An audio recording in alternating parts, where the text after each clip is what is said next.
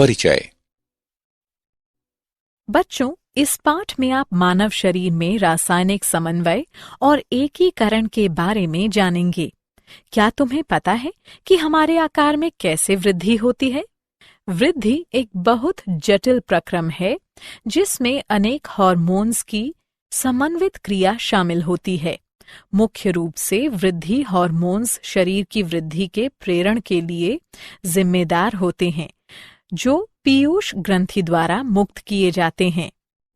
वृद्धि hormone protein, lipid और carbohydrate के उपापचय पर महत्वपूर्ण प्रभाव डालते हैं। वृद्धि हार्मोन का उत्पादन तनाव, व्यायाम, पोषण, निद्रा आदि जैसे अनेक कारकों पर निर्भर करता है। शरीर के भीतर कई और हार्मोन भी स्रावित किए जाते हैं जो विशिष्ट कार्य करते हैं, जैसे कि थायराइड ग्रंथि से स्रावित होने वाला कैल्सिटोनिन हार्मोन रुधिर में कैल्शियम स्तर को नियंत्रित करता है। तो आइए इस पूरे मॉड्यूल में हम रासायनिक समन्वय और एकीकरण के बारे में जानेंगे।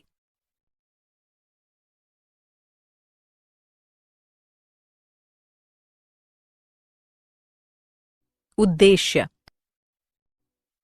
इस पाठ के अंत में आप निम्न करने में सक्षम हो जाएंगे: अंतःस्रावी ग्रंथियों तथा हार्मोन्स का वर्णन करना, मानव अंतःस्रावी तंत्र की व्याख्या करना, हृदय, वृक्क और जठर आंतरीय पथ के हार्मोन की चर्चा करना, हार्मोन क्रिया की क्रियाविधि का वर्णन करना।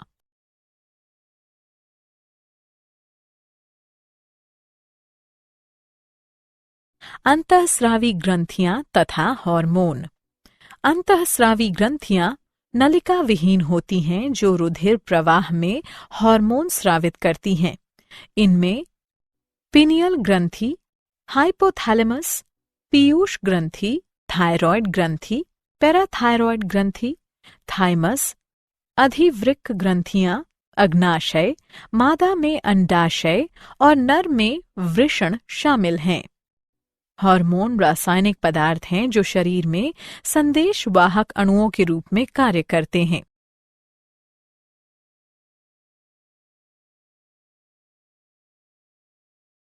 मानव अंतःस्रावी तंत्र। मानव अंतःस्रावी तंत्र हार्मोन के कार्यों द्वारा शरीर की अनेक प्रक्रियाओं को बदल देता है। हाइपोथैलेमस। हाइपोथैलेमस मस्तिष्क के निचले केंद्रीय भाग में स्थित विशिष्ट कोशिकाओं का संग्रह है। हाइपोथैलेमस की तंत्रिका कोशिका पीयूष ग्रंथि से होने वाले हार्मोन के स्रावण को प्रेरित करने या रोकने वाले रसायनों को उत्पन्न करके पीयूष ग्रंथि को नियंत्रित करता है। हाइपोथैलेमस दो प्रकार के हार्मोन उत्पन्न करता है: मोचक हार्मोन और निरोधी हार्मोन। उदाहरण के लिए हाइपोथैलेमस से निकलने वाला गोनाडोट्रोफिन मुक्तकारी हार्मोन गोनाडोट्रोफिन के स्राव को प्रेरित करता है, जबकि हाइपोथैलेमस से निकलने वाला सोमैटोस्टैटिन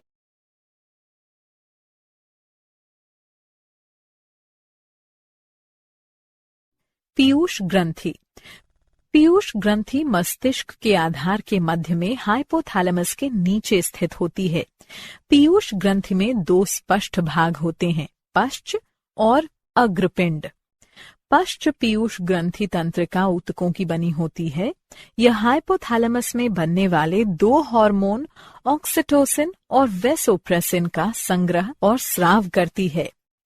ऑक्सीटोसिन बच्चे के जन्म के समय दूध के स्राव तथा गर्भाशयी चिकनी पेशियों के संकुचन को प्रेरित करता है। वेसोप्रेसिन का मुख्य कार्य मूत्र के साथ जल के ह्रास को कम करके शरीर के जल को सुरक्षित रखना है। यह एंटी डायूरेटिक हार्मोन भी कहलाता है। अग्रपीयूष ग्रंथि अंतःस्रावी कोशिकाओं की बनी होती है जो सीधे रुधिर में हार्मोन का उत्पादन और स्रावण करती हैं। अग्रपीयूष ग्रंथि वृद्धि hormone GH, prolactin PRL, thyroid प्रेरक hormone THH, adrenocorticotrophic hormone STH, luteinizing hormone HL और पुटिका प्रेरक हार्मोन FSH मेलानोसाइट प्रेरक हार्मोन MHH स्रावित करती है। वृद्धि हार्मोन वृद्धि के लिए महत्वपूर्ण होते हैं। यह समसूची विभाजन में वृद्धि करके कोशिकाओं के आकार और उनकी संख्या में वृद्धि करता है। प्रोलैक्टिन एकल श्रृंखला प्रोटीन हार्मोन है जो दुग्ध ग्रंथि की वृद्धि और दूध उत्पादन को नियमित करता है। थायराइड प्रेरक हार्मोन थायराइड हार्मोन उत्पन्न करने के लिए थायराइड ग्रंथि को प्रेरित करता है। एड्रीनोकॉर्टिकोट्रोफिक हार्मोन का मुख्य कार्य ग्लूकोकॉर्टिकाइड्स नामक स्टेरॉयड हार्मोन के समूह को मुक्त करने के लिए एड्रीनल ग्रंथियों के विलकुट को प्रेरित करना है। LH और FSH गोनाडोट्रोपिन कहलाते हैं क्योंकि यह जननांगों, नर में वृषणों और मादा में अंडाशयों को प्रेरित करते हैं। LH नर और मादा दोनों में जननांगों से लिंग स्टेरॉयड के स्राव को प्रेरित करता है। FSH अंडाशयी पुटिकाओं के परिपक्वन को प्रेरित करता है और यह शुक्राणु के उत्पादन के लिए भी महत्वपूर्ण है। मेलानोसाइट प्रेरक हार्मोन मेलानोसाइट्स को सक्रिय करता है जो मेलेनिन उत्पन्न करते हैं और त्वचा के रंग के लिए जिम्मेदार होता है।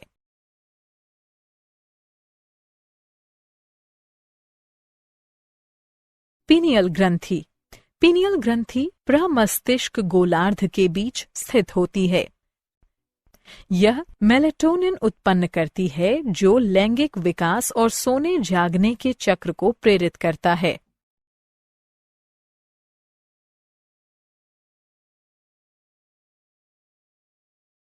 थायराइड ग्रंथि। थायराइड ग्रंथि ग्रीवा में स्थित होती है जिससे उत्पन्न होने वाले हार्मोन उपापचय, ऊष्मा उत्पादन और रुधिर में कैल्शियम स्तर को नियंत्रित करते हैं। थायराइड ग्रंथि 3 हार्मोन उत्पन्न करती है। Thyroxine T4, ट्राइआइडोथायरोनिन T3, calcitonin. T3 और T4 उपापचय और ऊष्मा उत्पादन को नियंत्रित करते हैं और कैल्सिटोनिन कैल्शियम के रुधिर स्तर को नियमित करने में सहायता करता है। थायराइड ग्रंथि में बड़ी गोलाकार संरचनाएं होती हैं जो पुटिकाएं कहलाती हैं। प्रत्येक पुटिका में थायरोग्लोबुलिन नामक जेल जैसा ग्लाइकोप्रोटीन युक्त केंद्रीय भाग होता है। T3 और T4 बनाने के लिए थायराइड को बड़ी मात्रा में आयोडीन की आवश्यकता होती है। आयोडीन की कमी के कारण थायराइड ग्रंथि की वृद्धि हो जाती है जो अवथायरॉयडिता या गलगंड कहलाती है। अतिरिक्त थायराइड क्रिया थायराइड अतिक्रियता के कारण वयस्कों में उपापचय में वृद्धि हो जाती है जिससे अधिक पसीना निकलता है और अधिक भोजन ग्रहण करने के बावजूद वजन घट जाता है। कैल्सिटोनिन रुधिर कैल्शियम स्तर को कम कर देता है जिससे समस्थिति को बनाए रखने में मदद मिलती है।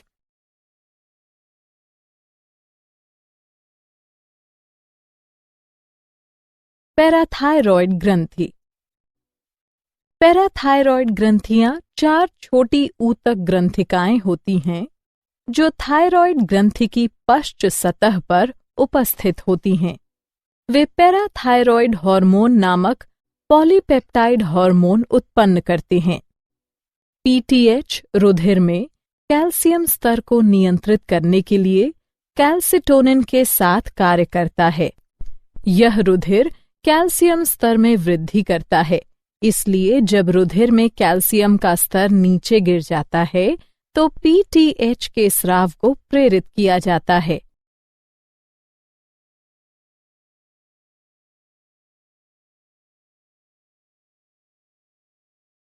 थाइमस।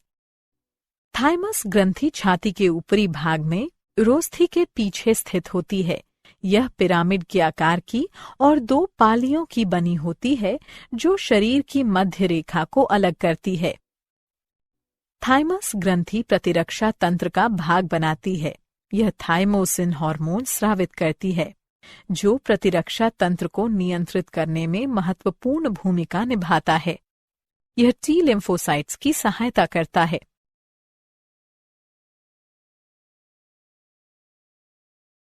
अधिवृक्क ग्रंथि।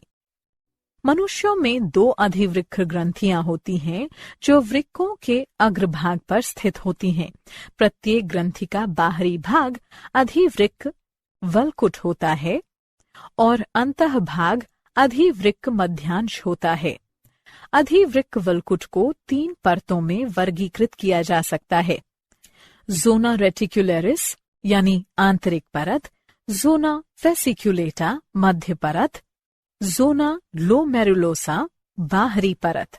अधिवृक्क वल्कुट की कोशिकाएं 2 मुख्य प्रकार के स्टेरॉयड हार्मोन ग्लूकोकॉर्टिकॉइड और मिनरेलोकॉर्टिकॉइड स्रावित करती हैं। ग्लूकोकॉर्टिकॉइड ग्लूकोज के रुधिर स्तर में वृद्धि करता है। शरीर का मुख्य ग्लूकोकॉर्टिकॉइड कॉर्टिसोल है जो शरीर में अत्यधिक थकान होने पर स्रावित होता है और उस समय ग्लूकोज की अधिक मांग होती है क्योंकि इसका रुधिर स्तर उल्लेखनीय ढंग से गिर जाता है। कॉर्टिसोल पेशी प्रोटीन के विखंडन को बढ़ावा देता है और ग्लूकोनियोजेनेसिस नामक प्रक्रिया में ग्लूकोज संश्लेषण करने वाली यकृत कोशिकाओं से अमीनो अम्ल ग्रहण करने के लिए यकृत को प्रेरित करता है। मिनरेलोकॉर्टिकॉइड बाह्य कोशिकीय तरल में पोटेशियम और सोडियम जैसे खनिज लवणों की सांद्रता को समायोजित करता है। एल्डोस्टेरॉन सबसे अधिक मात्रा में पाया जाने वाला मिनरेलोकॉर्टिकॉइड है। यह वृक्क नेफ्रॉन की दूरस्थ नलिकाओं पर कार्य करके उन्हें सोडियम आयनों को पुनः अवशोषित और पोटेशियम आयनों को उत्सर्जित करने के लिए प्रेरित करता है। अधिवृक्क ग्रंथि का आंतरिक भाग अधिवृक्क मध्यांश वृक्काणुओं का बना होता है जो एड्रिनलिन और नॉरएड्रिनलिन 2 पदार्थ मुक्त करता है। जब अधिवृक्क मध्यांश हार्मोन स्रावित करता है तो वो रुधिर परिसंचरण और शरीर में थकान होने पर कार्बोहाइड्रेट के उपयोग को नियंत्रित करते हैं। उदाहरण के लिए वे हृदय दर को बढ़ा देते हैं, धमनिकाओं और श्वसनिकाओं को फैला देते हैं।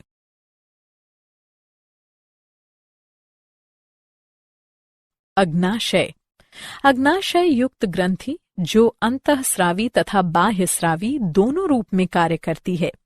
लैंगरहैंस के द्वीप जो द्वीप भी कहलाते हैं कोशिकाओं का समूह होते हैं जो पूरे अग्नाशय में बिखरी होती हैं। लैंगरहैंस के द्वीप अग्नाशयी रस उत्पन्न करते हैं जिसमें पाचक एंजाइम होते हैं और ये इंसुलिन तथा ग्लूकोगॉन हार्मोन भी उत्पन्न करते हैं जो रुधिर ग्लूकोज स्तर को नियंत्रित करते हैं। इंसुलिन एक प्रोटीन हार्मोन है जो ग्लूकोज का स्तर बढ़ने पर अग्नाशय द्वारा स्रावित होता है और यह रुधिर ग्लूकोज स्तर को कम कर देता है। असामान्य निम्न रुधिर शर्करा हाइपोग्लाइसीमिया का कारण है। इंसुलिन का सबसे महत्वपूर्ण कार्य यकृत और पेशी कोशिकाओं में ग्लूकोज के अंतर्ग्रहण को प्रेरित करता है। ग्लूकोगॉन अमीनो अम्ल और ग्लिसरॉल अणुओं से ग्लूकोज के संश्लेषण को प्रेरित करके रुधिर ग्लूकोज स्तर में वृद्धि करता है। रुधिर ग्लूकोज स्तर में असामान्य वृद्धि हाइपरग्लाइसीमिया का कारण है। इंसुलिन का स्तर कम हो जाने से डायबिटीज मेलिटस बीमारी हो जाती है जिससे रुधिर शर्करा स्तर में वृद्धि हो जाती है।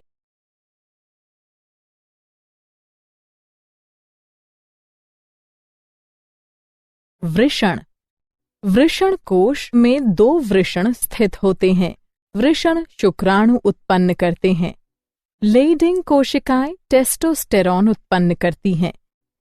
टेस्टोस्टेरॉन प्रोस्टेट ग्रंथि, शिश्न, यूरिथ्रा, अंडकोश, शुक्राशय, वृषण रज्जु आदि जैसे नर जनन अंगों के विकास, परिपक्वता और कार्य को नियंत्रित करता है। टेस्टोस्टेरॉन के प्रभावों में भारी आवाज, शरीर पर बालों का बढ़ना, जननांगों की परिपक्वता, यौन रुचि, प्रजनन, स्तंभन कार्य और आत्मविश्वास में वृद्धि आदि शामिल हैं।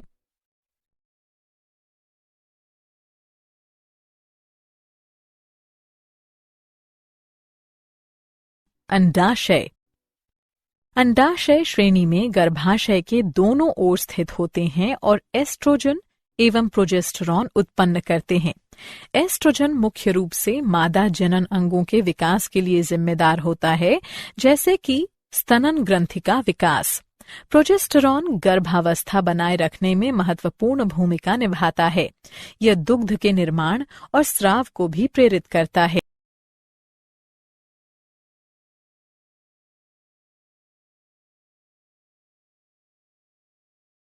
हृदय, वृक्क और जठर आंत्रीय पथ के हार्मोन।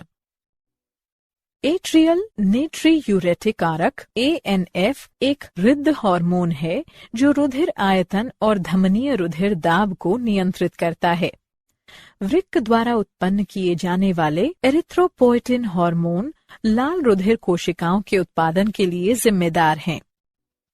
जठर आंत्रीय पथ द्वारा उत्पन्न किए जाने वाले hormone gastrin, secretin, cholecystokinin, CCK और जठर अवरोधी पेप्टाइड GIP हैं।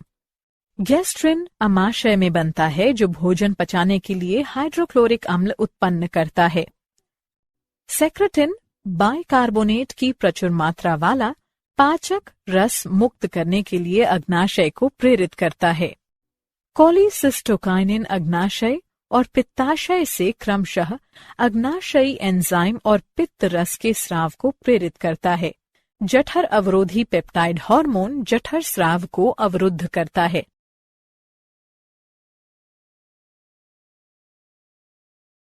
हार्मोन क्रिया की क्रियाविधि। हार्मोन शरीर के सभी अंगों में चक्कर लगाते हैं, लेकिन ये लक्ष्य कोशिका या लक्ष्य अंग कहलाने वाले केवल विशिष्ट ऊतक कोशिकाओं या अंगों को प्रभावित कर सकते हैं। एक हार्मोन से प्रतिक्रिया करने के लिए लक्ष्य कोशिका की जीव द्रव्य झिल्ली पर विशिष्ट प्रोटीन ग्राही उपस्थित होनी चाहिए। प्रोटीन ग्राही से हार्मोन का बंधन हार्मोन ग्राही सम्मिश्र बनाता है। हार्मोन ग्राही सम्मिश्र लक्ष्य अंग में जैव रासायनिक परिवर्तनों को प्रेरित करता है। हार्मोन को उनकी रासायनिक प्रकृति के आधार पर वर्गीकृत किया जा सकता है। पेप्टाइड, पॉलीपेप्टाइड और प्रोटीन हार्मोन में glucagon, oxytocin, anti diuretic hormone इत्यादि शामिल हैं। स्टेरॉयड हार्मोन में ग्लूकोकॉर्टिकॉइड, मिनरेलोकॉर्टिकॉइड, टेस्टोस्टेरॉन, एस्ट्रोजन, प्रोजेस्टेरॉन आदि शामिल हैं। आयोडोथायरोनिन में थायरॉयड हार्मोन शामिल हैं। अमीनो अम्ल के व्युत्पन्न। अमीनो अम्ल के व्युत्पन्नों के उदाहरण एड्रिनेलिन, नॉर एड्रिनेलिन आदि हैं।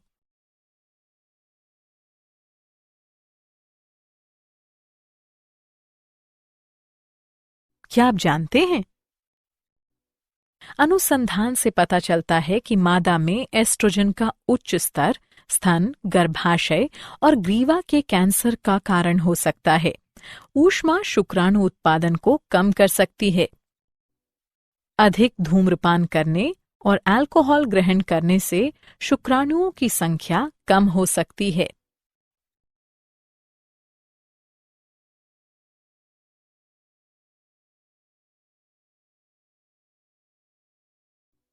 सारांश। आइए हमने जो कुछ सीखा है उसे संक्षेप में दोहराएं। अंतःस्रावी ग्रंथियां नलिका विहीन होती हैं जो रुधिर प्रवाह में हार्मोन स्रावित करती हैं। हार्मोन रासायनिक पदार्थ है जो शरीर में संदेशवाहक अणुओं के रूप में कार्य करते हैं। अंतःस्रावी ग्रंथियां पिनियल ग्रंथि, हाइपोथैलेमस, पीयूष ग्रंथि, थायरॉयड ग्रंथि, पैराथायरॉयड ग्रंथि, थाइमस, अधिवृक्क ग्रंथियां, अग्नाशय, मादा में अंडाशय और नर में वृषण हैं। हाइपोथैलेमस मस्तिष्क के निचले केंद्रीय भाग में स्थित होता है। पीयूष ग्रंथि मस्तिष्क के आधार के मध्य में हाइपोथैलेमस के नीचे स्थित होती है। पीनियल ग्रंथि प्रमस्तिष्क गोलार्ध के बीच स्थित होती है। थायरॉयड ग्रंथि थायरॉक्सिन, ट्राई आयोडोथायरोनिन, कैल्सिटोनिन उत्पन्न करती है।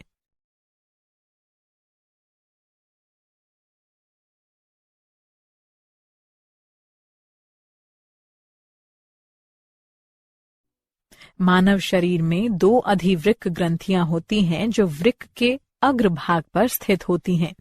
अग्नाशय बहिस्रावी और अंतःस्रावी ग्रंथि के रूप में कार्य कर सकता है। टेस्टोस्टेरॉन नर जनन अंगों के विकास, परिपक्वता और कार्य को नियंत्रित करता है। एस्ट्रोजन मुख्य रूप से मादा जनन अंगों के विकास के लिए जिम्मेदार होता है। एट्रियल नेट्रीयूरेटिक कारक एक हृद हार्मोन है। एरिथ्रोपोएटिन हार्मोन लाल रुधिर कोशिकाओं के उत्पादन के लिए जिम्मेदार है। जठर आंत्रीय पथ द्वारा उत्पन्न किए जाने वाले हार्मोन गैस्ट्रिन, सेक्रेटिन, कोलिसिस्टोकाइनिन और जठर अवरोधी पेप्टाइड हैं।